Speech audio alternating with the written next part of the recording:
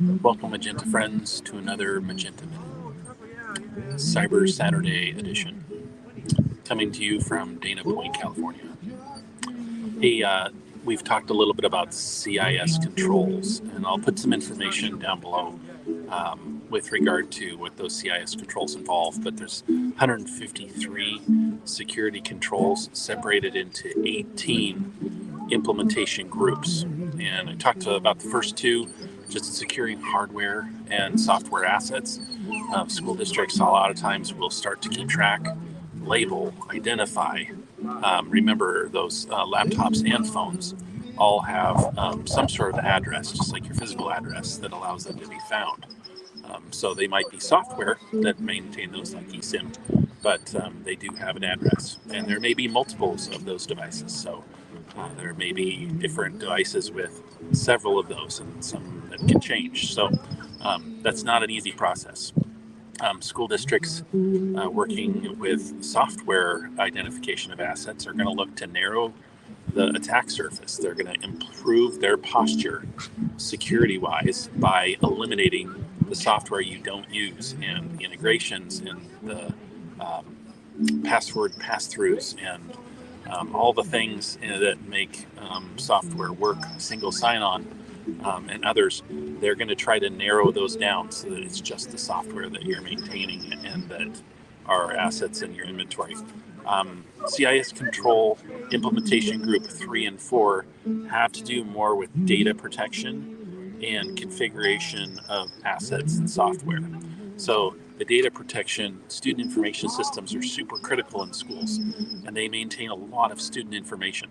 So working with their vendor, whether it be PowerSchool or Aries or another student information system that maintains Q, that maintains the student data as well as the parent data, super critical to maintain and secure, and to also make sure that the right people have the right levels of access.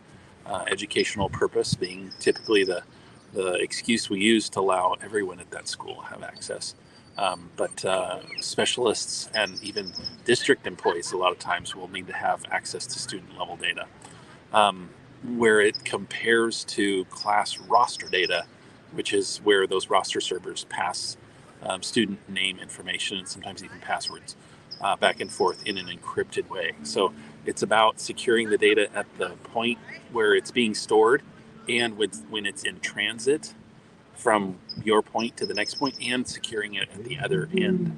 So really securing the data it can take districts years to get all that put together. I'll talk a little bit more about software and maybe the configuration of software assets. It's just so complex because every piece of software is different, and as school and education software has grown up, it's not pretty how the sausage is made. Sometimes school districts are working with vendors that are upgrading from previous softwares that are written in entirely different languages with an entirely different environment in mind.